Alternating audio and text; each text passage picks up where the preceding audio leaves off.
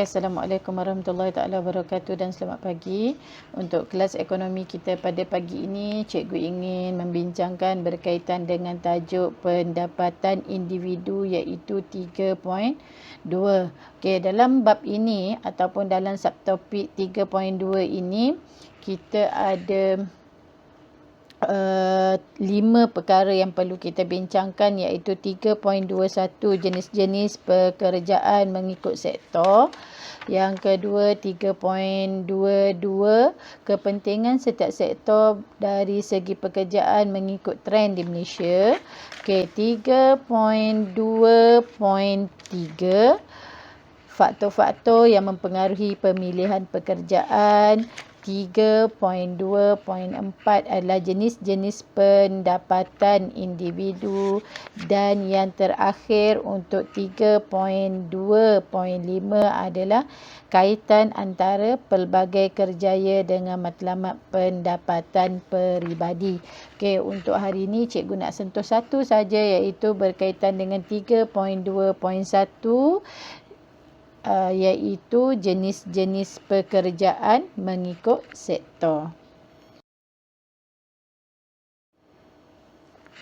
Okey, bila sebut berkaitan dengan pekerjaan, maknanya cikgu rasa kalau kita boleh bersemuka, cikgu akan tanya anda semua apakah cita-cita anda. Mesti pelbagai jenis cita-cita yang anda nyatakan kepada cikgu. Okey, itu adalah cita-cita kita tu merupakan satu pekerjaan yang kita rancang untuk masa hadapan kita.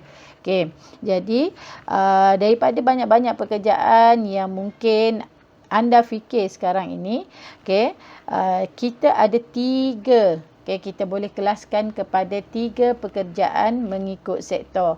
Okey, di mana kita ada sektor utama, sektor kedua dan juga sektor ketiga. Okey, kita pergi kepada sektor utama. Okey, sektor utama ni adalah melibatkan pengeluaran secara langsung daripada alam semula jadi tanpa mengubah suai bentuk barang. Okey, kita akan lihat untuk aktiviti ini seperti contohnya penternakan, okey, peternakan haiwan, kambing ke, lembu ke, okey, apa lagi, ikan keli, okey, itu adalah contoh-contoh peternakan.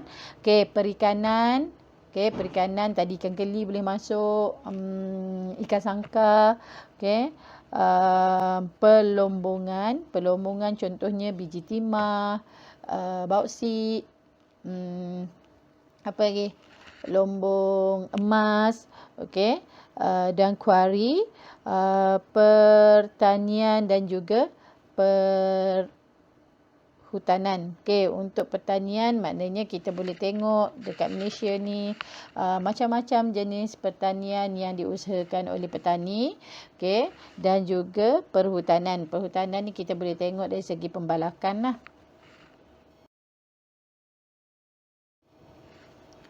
Okey, sektor ini juga dalam kategori sektor utama ini juga mengeluarkan bahan-bahan mentah.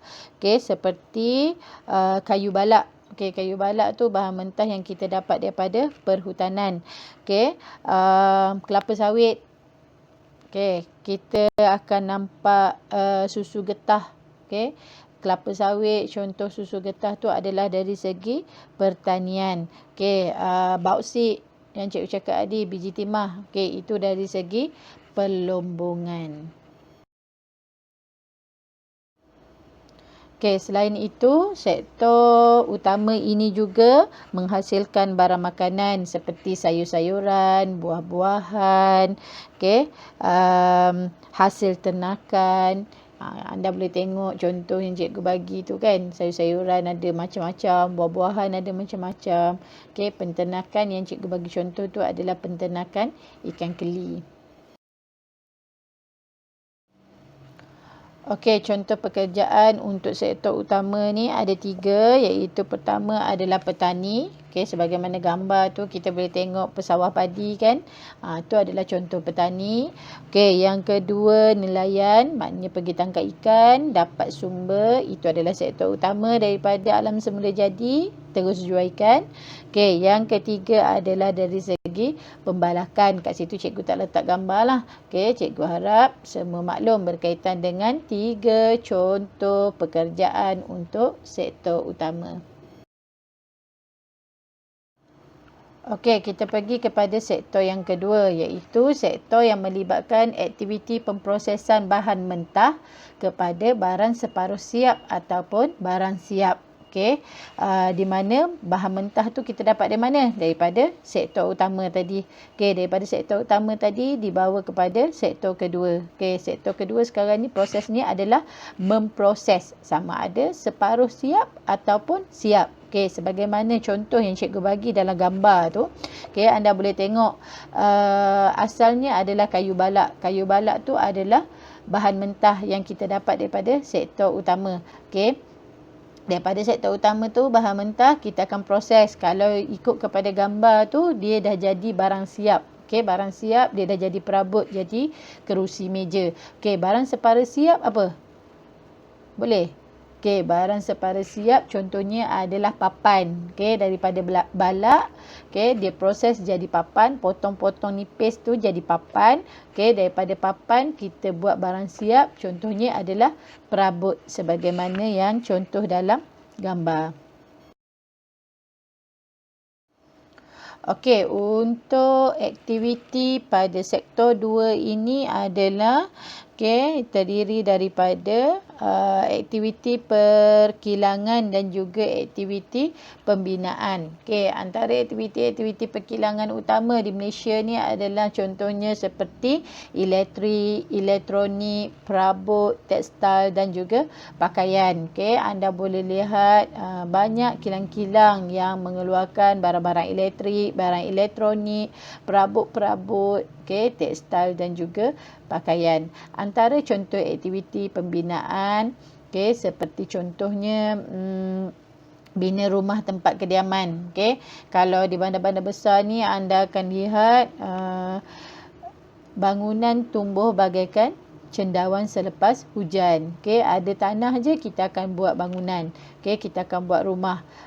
Sebab apa? Sebabnya bandar merupakan tempat tumpuan. Jadi tempat kediaman ni sangat diperlukan.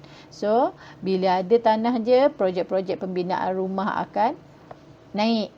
Kan kita akan tengok benda tu menyebabkan kepadatan penduduk. Okey, cikgu tak nak bincang berkaitan dengan itu, tapi cikgu nak bincang berkaitan dengan pembinaan. Contoh lain untuk aktiviti pembinaan, kejuruteraan awam, pertukangan khas.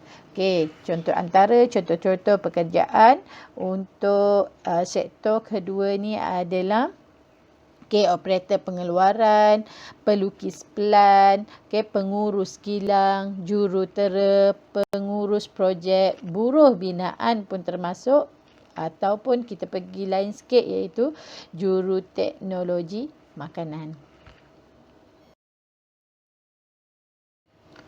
Okey, untuk sektor yang ketiga, sektor ketiga ni menyediakan perkhidmatan seperti pendidikan, pengangkutan, perbankan, kesihatan dan juga insurans.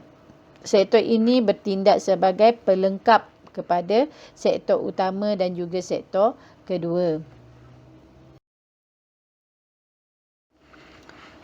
Sektor ketiga ni kita boleh bahagikan kepada 3 jenis perkhidmatan utama, iaitu pertama adalah perkhidmatan pengeluar. Di mana perkhidmatan pengeluar ni kita boleh bagi contoh seperti perbankan dan juga insurans. Yang kedua, jenis perkhidmatan utama yang kedua adalah perkhidmatan awam. Perkhidmatan awam ni jelasnya adalah perkhidmatan kerajaan. Contohnya cikgu, bomba, polis, yang melibatkan perkhidmatan kerajaan. Yang ketiga adalah perkhidmatan lain-lain. Contohnya seperti hotel, restoran, kedai-kedai makan. Itu perkhidmatan lain. Di sini juga cikgu nak bagi contoh pekerjaan. Cikgu rasa awak jelas berkaitan dengan perkhidmatan ni yang melibatkan perkhidmatan, contohnya seperti guru. Sekarang ni cikgu memberi perkhidmatan kepada anda lah ni. Dalam sektor ketiga. Penyanyi, Menyanyi. Tu perkhidmatan untuk beri hiburan kepada anda. Kalau guru, perkhidmatan untuk mendidik anda. Okey, pegawai bank untuk dari segi perbankan. Okey, ejen insurans dari segi insurans.